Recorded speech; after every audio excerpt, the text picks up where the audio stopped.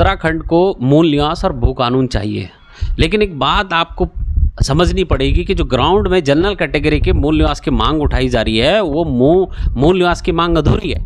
मूल निवास 1950 अगर किसी से मिलता है तो वो ट्राइब स्टेटस मिलने के बाद करते हैं। अब आप इसको ऐसे समझिए, शेड्यूल लगते ही मूल निवास आपको बाय डिफॉल्ट मिल जाएगा। दूसरी बात समझते हैं, जहाँ पे शराबबंदी का आंदोलन चल रहा है, अगर जिस क्षेत्र पे 5th शेड्यूल लग जाता है तो उस क्षेत्र के शराब की नीतियों पे जो एनओसी मिलती है वो ग्राम पंचायत बना के देती है या वहाँ का नगर निगम बना के देता है। तो आप ये समझिए कि ग्राउंड पे जो आंदोलन है शराब माफिया का वो 5th शेड्यूल से पूरा होता है।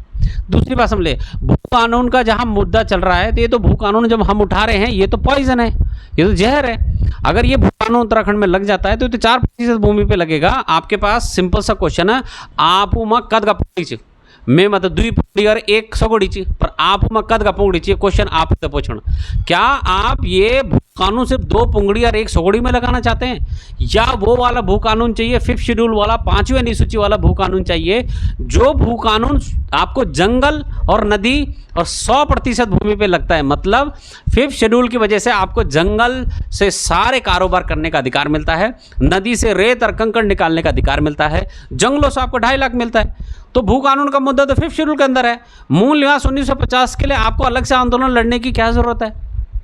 मूल निवास 1950 तो सिर्फ ट्राइब के और SC कैटेगरी के लोगों को मिलता है। तो जब मूल निवास 1950 हमें 5th शेड्यूल से मिल जाएगा तो हमें क्यों लड़ना है आंदोलन?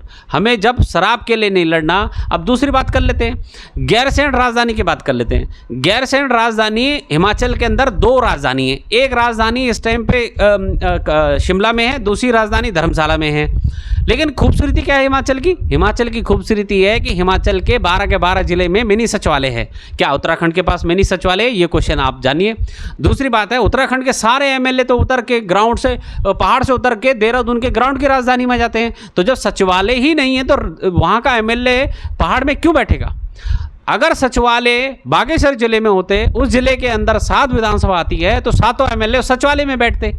तो सचिवालय इंपॉर्टेंट है।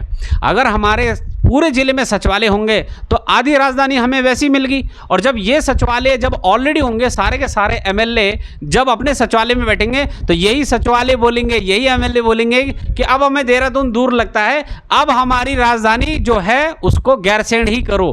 तो गैरसैंण क्या बनेगी? आपकी ट्राइबल राजधानी बनेगी, क्योंकि पूरा पहाड़ 5th शेड्यूल के अंदर आएगा। तो राजधानी की डिमांड क्या होनी चाहिए? 5th शेड्यूल जो हमारी ट्राइबल राजधानी है वो गैरसैंण होनी चाहिए। तो इसलिए जो मुद्दे हैं, गैरसैंण का मुद्दा, चाहे चकबंदी का मुद्दा, चाहे आपका भू कानून का मुद्दा, मूल निवास 1950 का मुद्दा, या हमारी सुरक्षा करने का मुद्दा है, तो ST कानून तो 5th शेड्यूल के अंदर है। तो सारे के सारे आंदोलन इसी में समाहित होते हैं। आप इसको ऐसे चाहिए कि एक पर्वतीय राज्य की गठन की मांग है, और ये पर्वतीय राज्य में आप ये समझिए कि ये हमारा उत्तराखंड का 5th शेड्यूल का पहाड़ आएगा। और हमें कोई आपत्ति नहीं है कि उधम सिंह नगर में लोग जो रहते हैं उनको आरक्षण मिले ना मिले, ये उनकी प्रॉब्लम है। लेकिन सबसे बड़ा ये है कि पहाड़ को एक सुरक्षा कवर चाहिए, 100% वाला भू कानून। तो 5th शेड्यूल, 5th शेड्यूल और 5th शेड्यूल।